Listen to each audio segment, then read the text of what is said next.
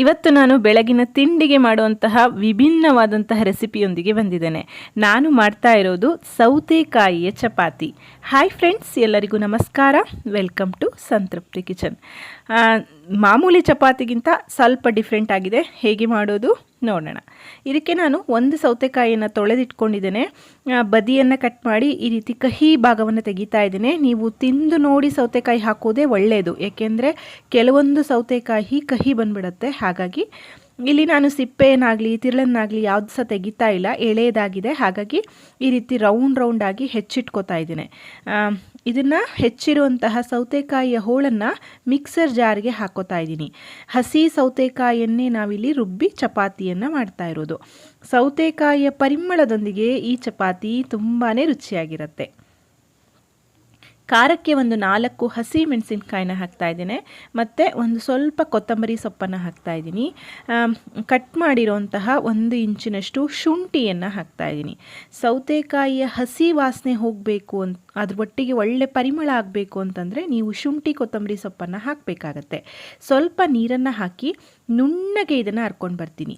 ಯಾವುದೇ ರೀತಿ ಸೌತೆಕಾಯಿಯ ಹೋಳೆಲ್ಲ ಇರಬಾರ್ದು, ನಮಗೆ ಚಪಾತಿ ಕಲಿಸ್ಲಿಕ್ಕೆ ಮತ್ತು ಒತ್ತಲಿಕ್ಕೆ ಕಷ್ಟ ಆಗ್ತದಲ್ಲ. ಹಾಗಾಗಿ ಈ ರೀತಿ ನುಣ್ಣಗೆ ಪೇಸ್ಟ್ ಮಾಡ್ಕೊಳ್ಳಿ. ತುಂಬ ನೀರನ್ನು ಹಾಕಬೇಡಿ, ಸೌತೆಕಾಯಿಯೇ ನೀರು ಹೊಡೆಯೋದ್ರಿಂದ ಚೂರು ನೀರನ್ನು ಹಾಕಿ ಈ ರೀತಿ ದಪ್ಪವಾಗಿ ರುಬ್ಕೊಂಡು ಮಿಕ್ಸರ್ ಜಾರ್ಗೂ ಸ್ವಲ್ಪ ನೀರನ್ನು ಹಾಕಿ ರುಚಿಗೆ ತಕ್ಕಷ್ಟು ಉಪ್ಪನ್ನು ಹಾಕಿಬಿಟ್ಟು ಗೋಧಿ ಹಿಟ್ಟನ್ನು ಸೇರಿಸ್ತಾ ಇದ್ದೇನೆ. ಇಲ್ಲಿ ನೀವು ಹಿಟ್ಟನ್ನು ನೋಡಿಕೊಂಡು ಹಾಕಿ, ಅಂದರೆ ಎಷ್ಟು ನೀವು ರಸ ಮಾಡ್ಕೊಂಡಿದ್ದೀರೋ ಅಷ್ಟು ರಸದಲ್ಲಿ ಹಿಟ್ಟನ್ನು ಸೇರಿಸಬೇಕು. ನೀರನ್ನು ಹಾಕೋದು ಬೇಡ, ಮತ್ತು ಎಕ್ಸ್ಟ್ರಾ ನೀರನ್ನು ಹಾಕೋದು ಬೇಡ. ಅಂದರೆ ಚಪಾತಿ ಹಿಟ್ಟನ್ನು ಕಲಿಸ್ಲಿಕ್ಕೆ ನಾನು 2 ಕಪ್ಪಿನಷ್ಟು ಗೋಧಿ ಹಿಟ್ಟನ್ನು ಸೇರಿಸಿದ್ದೇನೆ. ಸ್ವಲ್ಪನೇ ಹಿಟ್ಟನ್ನು ಹಾಕಿ ಈ ರೀತಿ ಮೃದುವಾಗಿ ಚಪಾತಿ ಹಿಟ್ಟನ್ನು ಕಲಿಸ್ಕೊಂಡಿದ್ದೀನಿ. ನೀವು ಮಾಮೂಲಿ ಚಪಾತಿಗೆಲ್ಲ ಕಲಿಸೋ ಅಷ್ಟೇ ಸೌತೆಕಾಯಿಯ ರಸ ಹಾಕಿರೋದ್ರಿಂದ ಮತ್ತೆ ಸ್ವಲ್ಪ ಮೆತ್ತಗೆ ಆಗತ್ತೆ. ಇದು ಕಡೆಯಲ್ಲಿ 1 ಚಮಚದಷ್ಟು ಎಣ್ಣೆಯನ್ನು ಹಾಕಿ ಅಂಗೈನಲ್ಲಿ ಚೆನ್ನಾಗಿ ನಾದಿ ಇಟ್ಕೋತಾ ಇದ್ದೀನಿ. ಈ ರೀತಿ ಮಾಡೋದ್ರಿಂದ ತುಂಬ ಸಾಫ್ಟಾಗಿ ಬರುತ್ತೆ. ಮಾಮೂಲಿ ಚಪಾತಿಗಿಂತಾನೇ ಸಾಫ್ಟಾಗಿ ಬರುತ್ತೆ ಇದು. ನೋಡಿ, ಇಲ್ಲಿ ಟೈಮ್ ಇದೆ ಅಂತಂದರೆ ಒಂದು 15-20 ನಿಮಿಷ ನೆನೆಯೋದಕ್ಕೆ ಬಿಟ್ಟರು ಆಗತ್ತೆ. ಈಗ ಮಧ್ಯಮ ಗಾತ್ರದ ಉಂಡೆಗಳನ್ನು ಮಾಡಿಕೊಂಡು ಚಪಾತಿಯನ್ನು ಲಟ್ಟಿಸ್ಕೊಳ್ಳೋದು. ನಿಮಗೆ ತ್ರಿಕೋನಾಕಾರದಲ್ಲಿ ಮಡಿಚಿ ಚಪಾತಿಯನ್ನು ಲಟ್ಟಿಸೋಕ್ಕೆ ಬೇಡ ಅಂತಂದರೆ ರೌಂಡಾಗಿ ನೀವು ರೊಟ್ಟಿ ಥರ ಫುಲ್ಕ ಥರ ಸಹ ಮಾಡ್ಕೊಳ್ಬೋದು. ನಾನಿಲ್ಲಿ ತ್ರಿಕೋನಾಕಾರದಲ್ಲಿ ಮಡಿಚಿ ಮಧ್ಯದಲ್ಲಿ ತುಪ್ಪವನ್ನು ಹಾಕಿ ಈ ರೀತಿ ಮಡಿಚಿ ಚಪಾತಿಯನ್ನು ಮಾಡ್ಕೋತೀನಿ. ಈ ರೀತಿ ಮಾಡೋದ್ರಿಂದ ಪದರವಾಗಿ ಚಪಾತಿ ಬರುತ್ತೆ, ಮಕ್ಕಳಿಗೆಲ್ಲ ಇಷ್ಟ ಆಗತ್ತೆ ಅಂತ ಹೇಳಿ ಈ ರೀತಿ ಮಾಡ್ತಾ ಇದ್ದೇನೆ. ಈ ರೀತಿ ಮಾಡೋದ್ರಿಂದ ಸಾಫ್ಟಾಗಿ ಸಹ ಚೆನ್ನಾಗಿ ಉಬ್ಬಿ ಬರುತ್ತೆ. ತುಂಬ ತೆಳುವಾಗಿಯೂ ಬೇಡ, ತುಂಬ ದಪ್ಪವಾಗಿಯೂ ಬೇಡ. ಆ ರೀತಿ ಚಪಾತಿಯನ್ನು ಲಟ್ಟಿಸ್ಕೊಳ್ಳಿ. ಹಸಿರು ಬಣ್ಣದಲ್ಲಿರುತ್ತೆ, ಮಕ್ಕಳಿಗಂತೂ ತುಂಬ ಖುಷಿಯಾಗತ್ತೆ, ಏನೋ ಡಿಫ್ರೆಂಟಾಗಿ ಅಮ್ಮ ಮಾಡಿದ್ದಾರೆ ಅಂತ. ನಾವು ಸಾಮಾನ್ಯವಾಗಿ ಚಪಾತಿಯನ್ನು ಮಾಡ್ತೀವಲ್ಲ, ಅದರಲ್ಲೇ ಸ್ವಲ್ಪ ಡಿಫ್ರೆಂಟಾಗಿ ಮಾಡಿದರೆ ಆಯಿತು.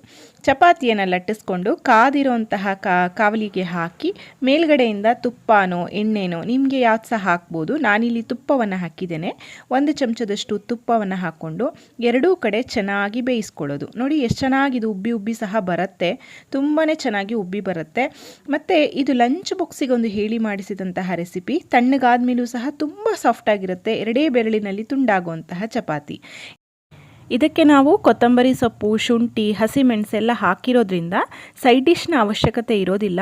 ಇದನ್ನು ಹಾಗೆ ತುಪ್ಪದೊಟ್ಟಿಗೆ ತಿನ್ಬೋದು, ಅಥವಾ ಮೊಸರು ಮತ್ತು ಉಪ್ಪಿನಕಾಯಿ ಹಾಕ್ಕೊಂಡು ಎಲ್ಲ ಪರಾಟಕ್ಕೆ ತಿಂತೀವಲ್ಲ ಆ ರೀತಿ ಸಹ ತಿನ್ಬೋದು. ನೋಡಿ ಎಷ್ಟು ಚೆನ್ನಾಗಿ ಉಬ್ಬಿ ಬರ್ತಾ ಇದೆ ಅಂತ. ಸಾಫ್ಟಾಗಿರುವಂತಹ ರುಚಿಯಾಗಿರುವಂತಹ ಸೌತೆಕಾಯಿಯ ಚಪಾತಿ ತಯಾರಾಯಿತು. ತುಂಬಾ ಚೆನ್ನಾಗಿರುತ್ತೆ. ಖಂಡಿತ ರೆಸಿಪಿ ಟ್ರೈ ಮಾಡಿ ನೋಡಿ.